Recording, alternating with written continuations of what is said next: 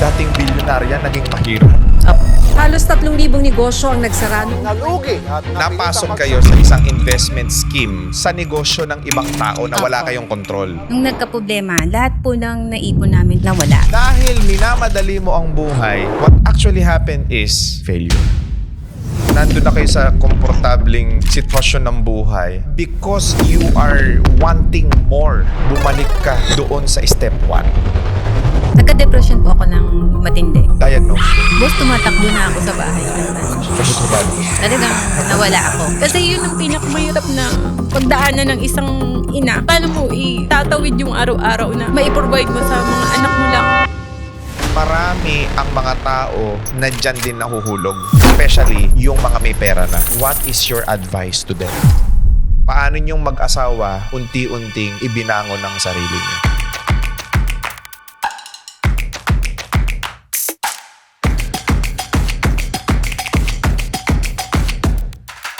Ang mga opinyon at pananaw na ibinabahagi ng guest sa programang ito ay hindi kinakailangang sumasalamin sa host sa show o sa mga kumpanyang kinabibilangan ng mga ito. Alright, so good morning, good afternoon, and good evening mga boss. So nandito na naman tayo sa pinakabagong episode ng RDR Talks. At syempre, alam nyo naman na laging espesyal ang ini-interview natin dito dahil espesyal na kwento ng tagumpay ang kwento ng RDR Talks. So ngayon, kasama ko ang CEO ng Shinjiro Wellness Trading Corporation. Napaka-successful na negosyante, si Boss Christina Ho. Welcome, ma'am. Good afternoon, good evening.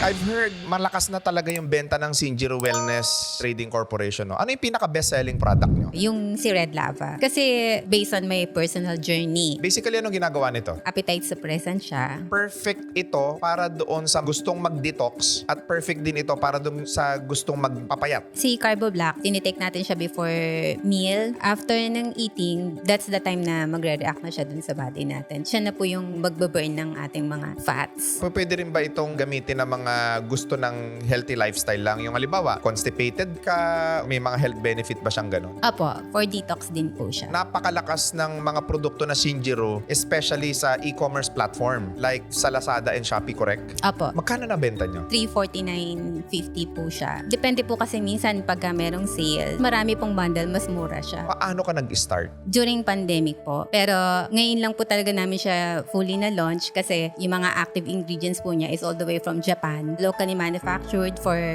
compliance, FDA. Lahat ng product ninyo is FDA compliance. Apo. Safe siyang gamitin. Wala siyang hazardous sa health natin. Wala po. Pregnant, pwede ba siyang gamitin? Hindi po siya advisable. pwede. Opo. Okay. But si Glutacenta and Shinjiro, safe naman po siya. Pero better po talaga to consult. Ano ang pinagdaanan ni Christina bilang entrepreneur? Nag-start ako ng pagbibusiness. Partner ko na po yung husband ko. At the age of 24, nagbi-build and sell kami Build and sell ng ng mga townhouse po. Tapos hanggang sa nakaipon na po kami talaga, nag-expand na rin po kami kagaya ng pagbebenta po ng mga luxury watches. ikaw ba'y pinanganak na mayaman? Hindi po. Tubong Laguna ako. Ang mama ko ay OFW. Ang papa ko po ay nagpo-foreman sa construction. Yung kabataan ko naman po is kagaya lang naman din po ng mga normal na mga bata sa probinsya. Simple lang. Nung nag-college po ako, that's the time na tumira na po ako sa sister ng mama ko. Bakit? Yun kasi yung malapit na pwede kong tirhan para makapag-aral po ako ng kolehiyo dito sa Quezon City. Okay, saan ka nag-aral? FEU po. After kong nung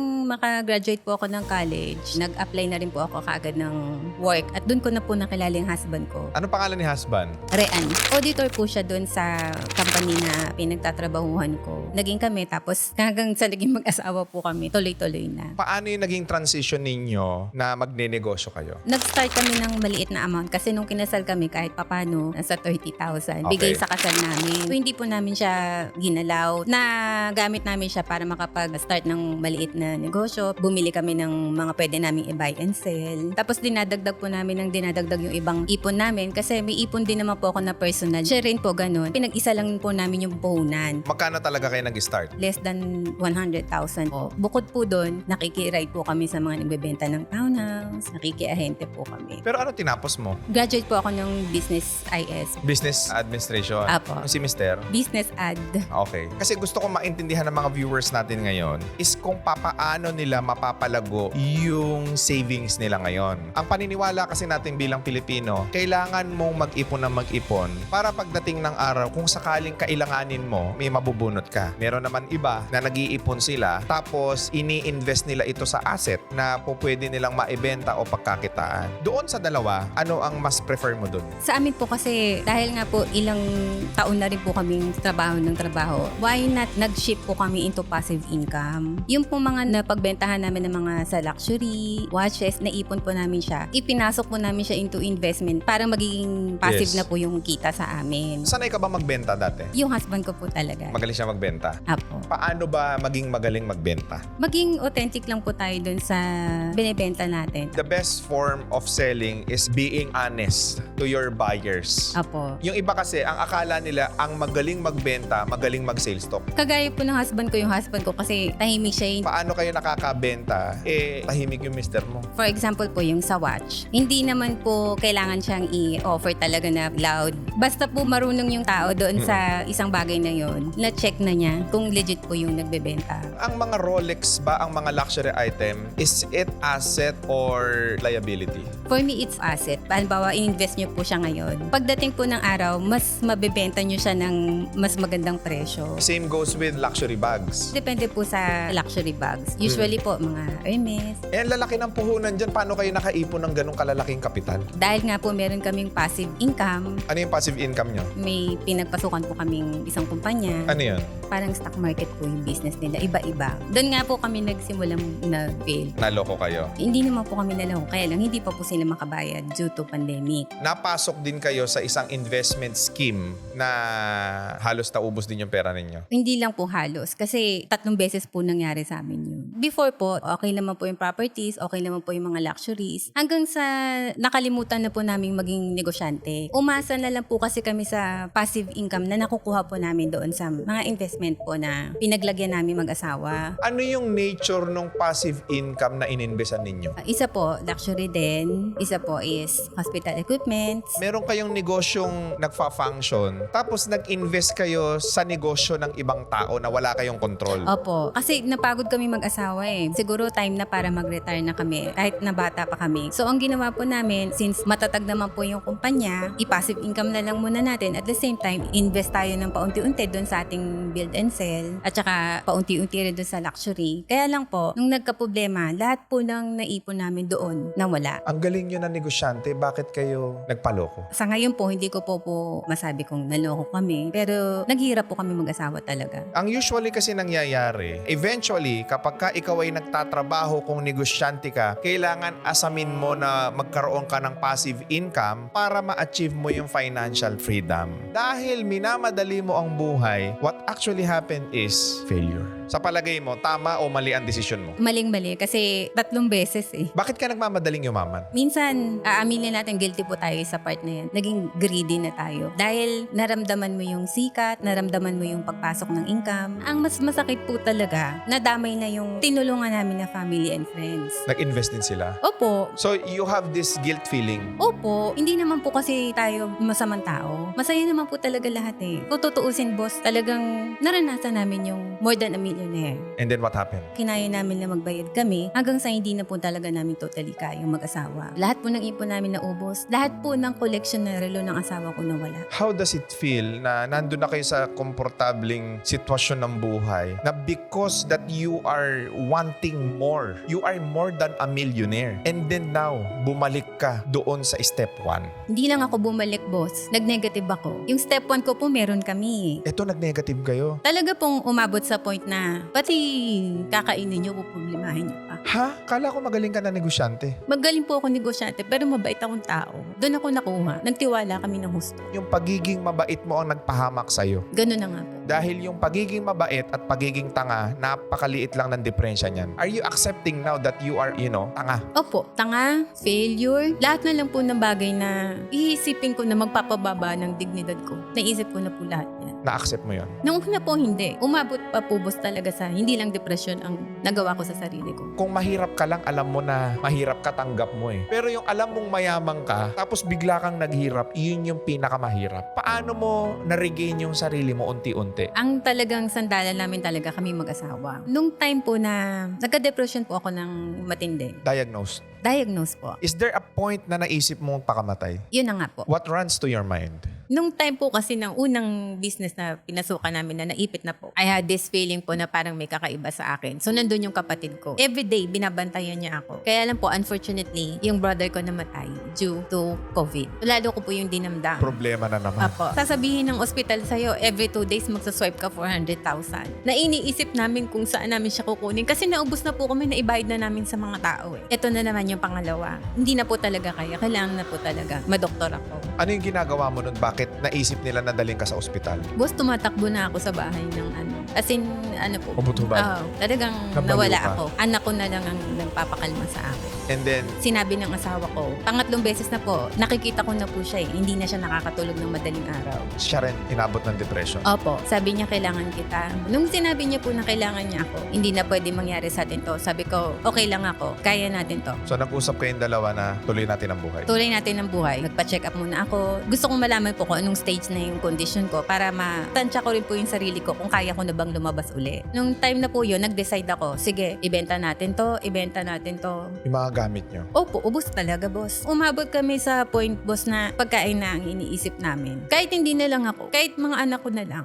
Kasi yun ang pinakamahirap na pagdaanan ng isang ina na makita mo na paano mo itatawid yung araw-araw na maiprovide mo sa mga anak mo lang. Ilan na anak mo? 2 po. Yung isa ko po, sabi niya, Mami, maging okay ka lang magtitinda ako. Nagbenta po siya ng ulam. Tinulungan po niya ako. Yun po yung nagbayad ng tuition niya nung nakaraang taon. Unti-unti ako nagkaroon ng pag-asa na kung yung anak ko nga kinaya. Ilan taon na yung anak mo? 12 po. Yung isa? 17. Nahulog ka dun sa patibong na investment eh. Marami ang mga tao na dyan din nahuhulog. Especially yung mga may pera na. What is your advice to them? Wala namang masamang itry. Subukan natin, pero wag po natin ilagay lahat. Pero yung sabihin po natin na eto na yung magpapayaman sa atin ng husto, wag po natin gagawin. Kasi pag ito nawala, para na tayong pinagsaka ng langit at lupa. Magkano yung nawala sa'yo? Sa 3 po, mga more than 1B po. 1 billion? Tapos wala kayong makain? Opo. Naging tamad po kami. Umasa kami sa kapalaran ng ibang tao. Nung nag-fail sila, damay kami. This is the first time that I've heard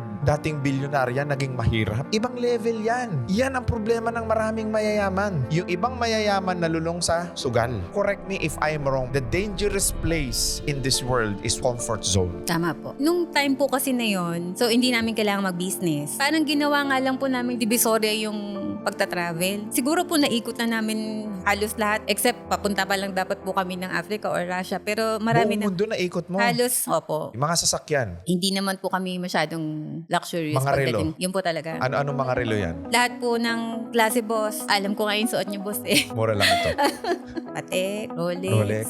Audemars. Meron po kami isang vault sa bahay, boss, na talagang umiikot talaga yung mga relo Watchfinder. sa watchfinder. Richard Mille meron kayo. Nagkaroon din po. Grabe. Tapos nawala sa inyong lahat yun. Lahat po ng luxurious na kayang Mga bag abutin. Hermes meron ka. Meron po. Yung mga Birkin, gano'n. Apo. Tapos wala kayong makain. Yun po yung mas masakit, boss eh. Na hindi po naiintindihan ng tao kung ano ang totoong pinagdadaanan namin sa araw-araw. Paano yung mag-asawa unti-unting ibinangon ng sarili nyo? Nag-usap kami, babangon tayo uli, ibenta natin to. That's the time na Ano yung una nyong binenta? yun pong property namin na resort na pinangalan namin doon sa 2 anak namin. Sumunod po yung property na pagtatayuan sana ng bahay naming magkapatid. Nagtabi kami ng kaunti at doon po pumasok yung Shinjiro. Itong mga supplements. Apo. Bakit ito ang naisip nyo? Sanay kayo sa mga luxury items. Sa luxury po kasi, boss, kailangan kasi malaki yung kapital. Kailangan po may bumili agad. Nag-isip kayo ng produkto na po pwedeng araw-araw mabenta para mas mabilis yung ikot ng pera. Apo.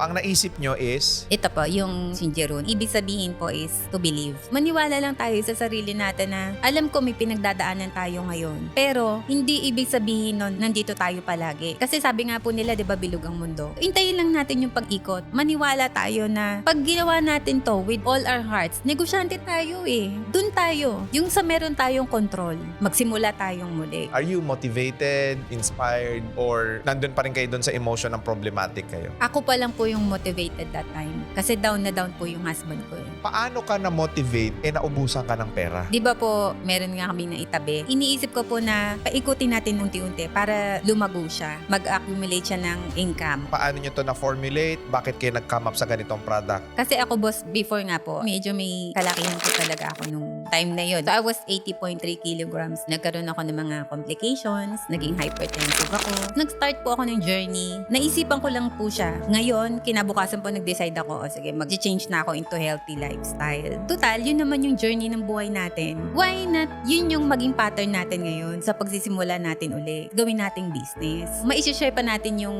naging fitness journey sa iba na gusto rin na maging healthy. Sino nag-formulate nito? May mga doctors po na binigay po namin yung preferred namin na active ingredients. Tapos, tsaka na lang nila pinagsama-sama. Minsan, ang sagot pala doon sa problema natin, nasa sarili lang natin. Opo, yun po yung nangyari sa amin. So, pinanganak itong si Red Lava. Ito ba yung unang product Ang ninyo? nauna po is CJ Smoothie. Paano nyo ito ibinenta? Nag-start sa family and friends. Hanggang sa lumawak na po yung nakakaalam ng produkto. Ano yung pakiramdam na sobrang taas ng tingin sa'yo dati ng mga kamag-anak mo na napakayaman nyo, napaka-successful nyong negosyante, and now nagbebenta ka ng supplement? Mahirap, boss. Nakakababa ng sarili. Opo, naramdaman po namin lahat yan. Inaccept na lang po namin talaga. Paano mo natanggap yun na maibaba yung pride mo or yung ego mo? Yun po kasi, boss, yung parang nafe-feel ko na makakapag-set free sa amin eh. Tanggapin mo muna kung ano yung nangyayari sa atin ngayon. Kasi hanggat hindi natin binabago yung mindset natin na gano'n, na mayaman pa ako eh. Ego na yun. I-humble natin yung sarili natin. Kasi that's the time na marirealize natin na nabibigyan tayo ng wisdom galing sa taas. Prayer lang, boss. Kung gusto mong umasenso, magpakatotoo ka. Magpakatotoo ka. Hindi po ako nahiya na nagtinda ako ng ulam. Dati kang bilyonarya, nagtinda ka ng ulam. Opo, kung ano po talaga yung sitwasyon natin ngayon, hindi natin dapat itago. So, J Smoothie ngayon, saan mo binibenta? Shopee, Lazada, TikTok, doon po sila umu-order. Hanggang sa may mga nag-i-inquire na po for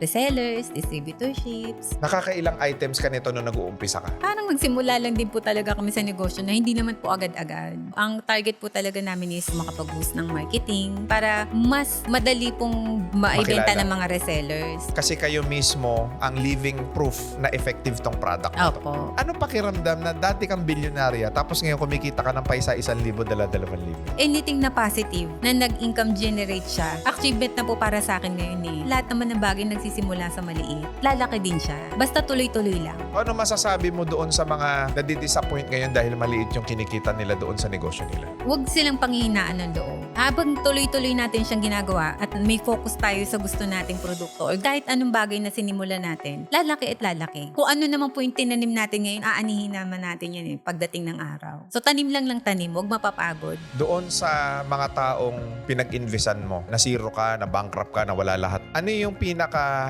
matinding lesson ang iniwan sa'yo nung pagkakataon na yon? Do not put all your eggs in one basket. Kaya lang ako po, tinatlo ko. Lahat na ubos doon. Dati sanay ka nagbebenta ng 1 million, 2 million, 4 million, 5 million na relo, mga bag, ganun ang halaga. Tapos ngayon, doon ka sa 300 pesos. Bakit masaya ka? Itong saya na nararamdaman ko ngayon, hindi ko naman po siya talaga lubos na naramdaman nung time na meron ako eh. Bakit? Yun nga po yung sinasabi nila eh, na if you have everything, parang hindi mo na na-appreciate yung saya ng buhay. Ibig sabihin yung problema sa buhay, yun yung magiging cause kung bakit ka sasaya? Ma-appreciate mo po kasi ang maliit na bagay pagka nandun na tayo sa dulo ng problema. Kasi po pinagdaanan ko yung pinakamahirap, boss. Umabot na sa point na kinakalimutan ko na yung sarili kong buhay. Na ngayon na buhay ako, kada gising ko sa umaga, dapat masaya ka. Kasi binuhay pa tayo ni Lord, binigay pa tayo ng isang araw para enjoyin yung buhay na ibinigay sa atin. It's really hard to humble yourself, especially if you are at the top of the mountain. Yun nga po pinagdadasal ko, boss, na sana huwag maranasan ng kahit na sino. Kasi po napakasakit po talaga. Magkano na kinikita mo isang buwan? Mababa na po siguro yung maka 100,000 plus para sa nagsisimula. Kailan ba nag-start tong si Sinjiro? Kaka-launch lang po niya kasi si boss nitong May. Yung ating reverse po ay kala-launch lang. Ito kalolaunch pa lang din. Apa. Anong ginagawa nitong ni Reverse? Siya po yung ating glutathione and placenta. Glutathione and placenta, Apo. which is anti-aging, Anti-aging, and whitening and liver detoxifier. Apo. Bundle po talaga siya, boss. Ang natutunan ko talaga ngayon sa buhay, minsan kung nasa iyo na pala ang lahat, may mawawalang isa sa buhay mo, yung kakontentuhan. Mahirap ka nang mapasaya pag given na lahat sa iyo. Tama po. Alam ko maraming mga may pera, mga mayayaman na nanonood ng video na to. Kung nandun kayo sa stage ng buhay ninyo na nasa inyo lahat ng karangyaan, kayamanan sa buhay, lahat pala nung kasiyahan na yon is hindi pala yung ultimate happiness. The ultimate happiness is actually peace of mind. So ano maipapayo mo doon sa mga negosyante, may tangan-tangan silang malaking pera ngayon? Sana naging lesson nitong aking interview with Boss RDR na kung meron pa po tayo ngayong ipon or naitatabi, huwag nating i-invest sa anong negosyo. Mas mabuti pa rin po talaga yung tayo yung may control. Kahit magsimula tayo ng maliit na negosyo, at least matatawag natin na sa atin ito. Kung anong mangyari man, tayo ang may gawa. What can you say about happiness of life? Hindi naman po yun nasusukat kung anong halaga meron tayo. Kasi unang-una, yung araw-araw na happiness of life, hindi nasusukat sa kung meron ka. tayo sa buhay. Importante lang po yung meron tayong sapat. Kasama ang pamilya, buo, walang nagkakasakit. Masaya na po sa mga ganyan. Kaya binigay sa'yo ng Diyos to, si Shinjiro. Ibabalik ka niya doon eh. Ang pinakamahirap lang is kitain yung unang milyon mo. Pero pagka kinita mo na yung unang milyon mo, madali na ulit kitain yung milyon eh. Sa case mo, naging bilyonarya ka pa. 1 year, 2 years from now, maniwala ka sa akin, babalik ka ron. Sisikat tong produkto mo, maraming maniniwala sa'yo, maraming taong susupport sa'yo. And this time around, pag binalik ka ng Diyos, ipangako mo sa sarili mo na mas tutulong ka sa mas maraming tao. Because that's actually our purpose in life. Na kaysa ibigay mo sa mga investment, ibigay mo na lang sa mga reseller mo, sa mga magiging distributor mo. At least, part sila ng negosyo mo, katulong mo sila kung paano ka nakabalik doon sa pagiging bilyonarya ulit. Hindi masama na bumalik ka sa umpisa as long as meron kang umpisang babalikan.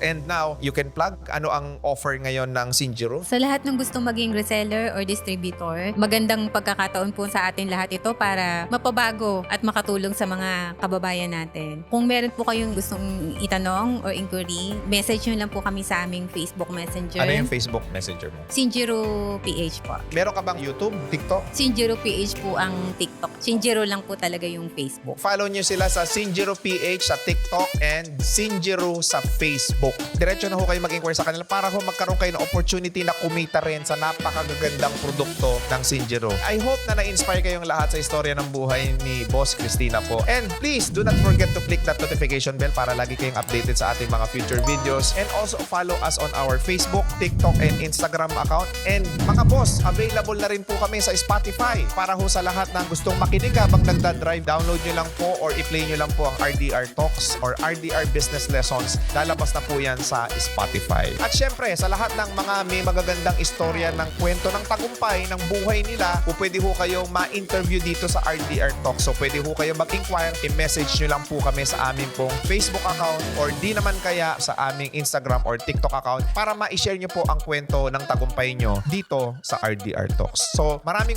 salamat mga boss and God bless sa inyong lahat. Thank you so much. Susunod. There is a way to sell without actually looking like you're selling. That is one of the things na hindi nare-realize ng mga business owner. You have created a structured cheat code process. Exactly. Wala nang dahilan para hindi nila magamit ang content creation to the advantage of their business. Mayroon na siyang mahigit 3 million followers sa Facebook. He has more than 200 million video content. Kilala bilang Kuya Darbs ng popular vlog na Real Talk Darbs. Ginather ko lahat ng mga talented na tao when it comes to content creation, and I wanted to help people to teach them how to create their own content. Sa Facebook, nagbabayad ako. Ito, ako pa binabayaran. Yes, sir. Napopromote ko pa yung negosyo ko. Wala ka ng expenses, kumita ka pa. Social media right now is the new television. 98% of the internet, one basic means of consumption of information is video. And Philippines, specifically compared to the world, has been one of the greatest consumptor of social media. Nangunguna pa rin ang Pilipinas sa buong mundo na may pinakamahabang oras na nagbababad online. Always remember that in business, visibility is credibility. Kung hindi ka matuto sa content creation, kawawa ka in the future. Yung business mo, yung legacy mo, kahit anong ginagawa mo sa buhay, learn something that is a game changer in the future. Huwebes, alas 8 ng gabi.